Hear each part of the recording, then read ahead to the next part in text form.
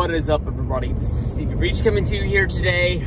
Action went down on SmackDown this week. Goldberg returned to the WWE. Of course, the big news, you know, the AEW and Goldberg were having some small conversations on the side, trying to see if they wanted to bring the legend in to kind of bring a little bit of of a spotlight for anybody out there who loved classic WCW wrestling, to see one of their favorites come back and help out the company.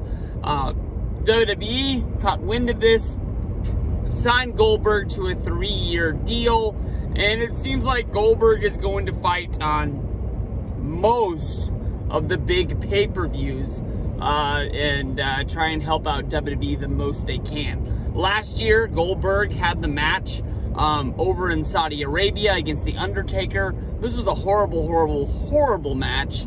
Most people think of it as one of the worst wrestling matches in Undertaker and Goldberg's career. And then shortly after that, WWE gave Goldberg another chance. He got in the ring at SummerSlam. The match really didn't make a lot of sense between Goldberg and Dolph Ziggler.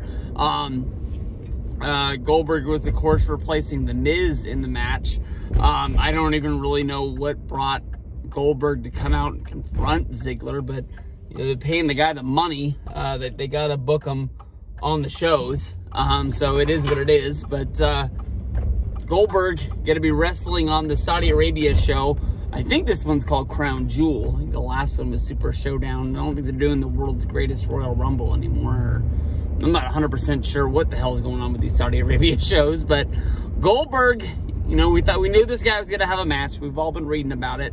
I was wondering, were they going to have him come out and have a match against a guy like Randy Orton, a guy that, is kind of from, an older generation, maybe a dream match that we've never seen before. And, this might be the last time that we ever get to see it. But instead, Goldberg is going to be having a match against Bray Wyatt. He's going to be having a match for the WWE Universal Championship, sort of going right to the top of the ladder. I guess you can, in your mind, believe the fact that Goldberg actually has a chance to beat Bray Wyatt. I don't know, man. I mean, to me, I thought it would have made sense for Bray Wyatt and Daniel Bryan to have sort of like a title switcheroo at the Royal Rumble. They could have built up that pay-per-view to go all the way until WrestleMania. I don't think that the Daniel Bryan versus Bray Wyatt feud is really done. I think that it's just sort of on pause. We saw that with the match between Daniel Bryan and Heath Slater, where basically I think Daniel Bryan kind of thought that Heath Slater was, I guess you can say, throwing shade at him for not being able to beat Bray at the pay-per-view. But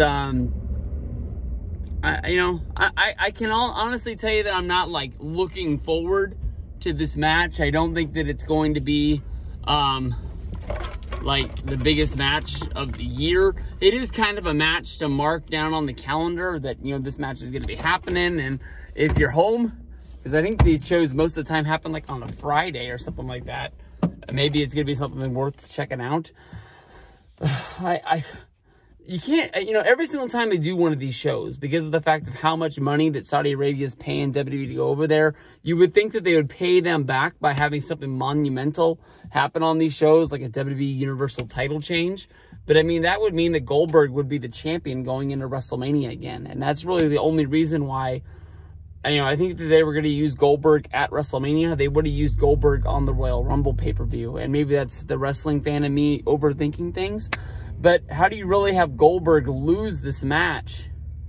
And then you also have it where he's going to be believable in the foreseeable future for WWE. You can't just have this guy losing every match that he's in. Yeah, he beat Ziggler, but I think most people are going to remember him losing to Undertaker in that last Saudi Arabia match. So it's going to have to be some sort of smoke and mirrors, I believe. Maybe Daniel Bryan ends up getting involved, but then again, Daniel Bryan normally doesn't go on these Saudi Arabia shows.